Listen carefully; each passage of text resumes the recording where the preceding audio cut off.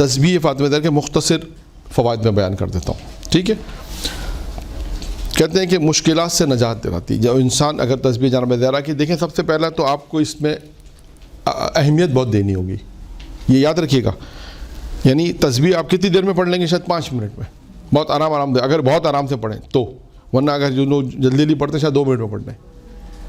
اب آپ سے میں کہوں کہ کسی سے میں کہوں، فرض کریں کہ انہوں نے کہا مولانا ہماری اولاد نہیں ہے، میں کہوں تسبیح جناب زہرا پڑھیں، آپ کہیں گے نہیں مولانا کوئی اور عمل بتائیں، یہ تو پڑھتے رہتے ہیں. کیوں؟ اس کو ہم نے اہمیت نہیں دی. اہمیت نہیں دی ہم نے. بالکل بسم اللہ کی طرح ہے جو آپ نے واقعہ پڑھے ہوئے، بہت سے واقعات ہیں. تو اہم، سب سے اہم چیز ہے اہمیت دینا. کوئی بھی چیز ہو. میں ابھی آپ سے کہوں کہ 2 گھنٹے کا یہ عمل ہے، قرآن کی آیت ہے، اس کو 2000 مرتبہ پڑھنی. آپ نے کہا ہاں یہ عمل مولانا نے بتایا، یہ عمل 2 گھنٹے کا عمل، یہ عمل ضرور ہے. کیوں؟ یہ انسان کی نفسیات ہے. 2 گھنٹے کا عمل اچھا ہوگا. 5 منٹ کی تسبیح زہرا گھر میں بیان کروں، نہیں مولانا اس تو روز پڑھتے ہیں اس لیے روز بیٹھے بیٹھے پڑھ لیتے ہیں، اس میں کیا ہوگا؟ یہ نہیں ہونا چاہیے.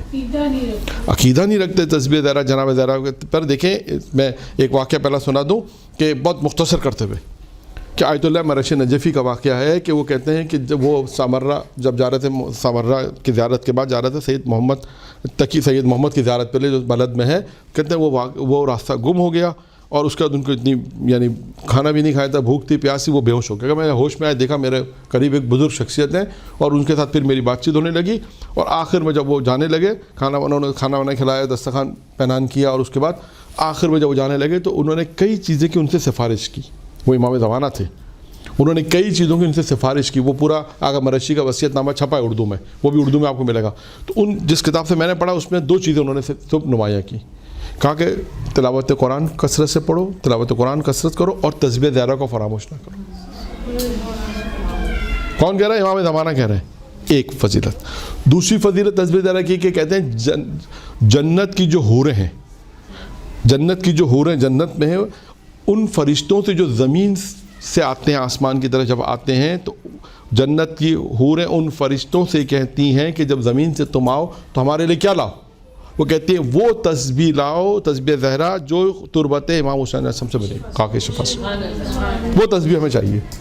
وہ تسبیح جو خاک شفا سے ہے، وہ تسبیح تم زمین سے لاؤ تو ہمارے لیے یہ لاؤ زمین سے.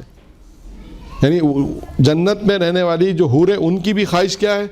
تسبیح زہرا ہو اور تربت امام حسین خاک شفا سے بنی ہوئی. کیونکہ بہت زیادہ ثواب ہے خاک شفا کی تسبیح رکھنا اپنے ہاتھ میں، بہت زیادہ ثواب ہے. اس میں یہ بھی روایت میں ہے کہ جو تسبیح پڑھتا ہے انسان، آپ نے پڑھا اور پھر بھول گیا، لیکن تسبیح یعنی امام حسین کی خاک کی بنی ہوئی تسبیح کا یہ فائدہ لکھا ہے روایت میں کہ جو آپ نے بھول گئے پڑھنے کے بعد، اس کا ثواب بھی لکھا جائے گا دوبارہ. یہ بھی تسبیح جانا تسبیح. تو یہ تسبیح زہرا کی اہمیت کے سلسلے میں نے آپ کے ایک واقعہ اور سنا دوں. وہ کیا ہے؟ چھٹے امام کی خدمت میں ایک شخص آیا، اس نے کہا مولا میرے کان میں تکلیف ہے، میرے کان میں تکلیف ہے. چھٹے امام نے کیا کہا تسبیح زہرا سے کیوں غافل ہو؟ اس نے کہا مولا یہ کیا چیز ہے؟ اس پر کتنی معروف نہیں تھی. مولا یہ کیا چیز؟ امام علیہ السلام نے اسے تسبیح زہرا کی تعلیم دی کہ یہ تسبیح زہرا ہے کہ 34 مرتبہ اللہ اکبر، 33 مرتبہ سبحان اللہ، 33 مرتبہ الحمدللہ، یہ پڑھنا ہے. وہ کہتا ہے کہ میں نے کافی عرصے تک پڑھتا رہا، اس کے بعد مجھے میری کان کی تکلیف جو ہے وہ دور ہو گئی. اب آپ مجھے بتائیں، اگر دیکھیں دوا تو انسان کرے گا، فرض کریں آج اگر کوئی بڑی تکلیف خدا نہ ایسی ہے تو آپ ڈاکٹر پر جائیں گے، ایسا نہیں ہے. لیکن ساتھ ساتھ تسبیح زہرا کہ بھائی اس کا بھی اثر ہے، دعا کا بھی اثر ہوتا ہے. آپ دیکھیں کتنے خدا نہ ایسے مریض ہوتے ہیں جو وینٹیلیٹر پہ ہوتے ہیں، اور آپ لوگ ہم مومنین دعا کرتے ہیں تو مومنین کی دعا کے توسل میں کیا ہوتا ہے؟ وہ وینٹیلیٹر سے واپس آ جاتے ہیں. کتنے ایسے لوگ ہیں جو کورونا کے اندر جانتے ہیں، آپ بھی جانتے ہیں، میں بھی جانتا ہوں، کہ جو 25 دن 26 دن تک وینٹیلیٹر پہ رہے اور مولانا ان کو زندگی دے دی. مومنین کی دعائیں تھیں، کسی نے کوئی منت مانی، کسی نے کوئی منت مانی، تو یہ اثر رکھتی ہے. خیر، تو تسبیح زہرا کی فضیلت میں نے آپ کے سامنے مختصر بیان کی.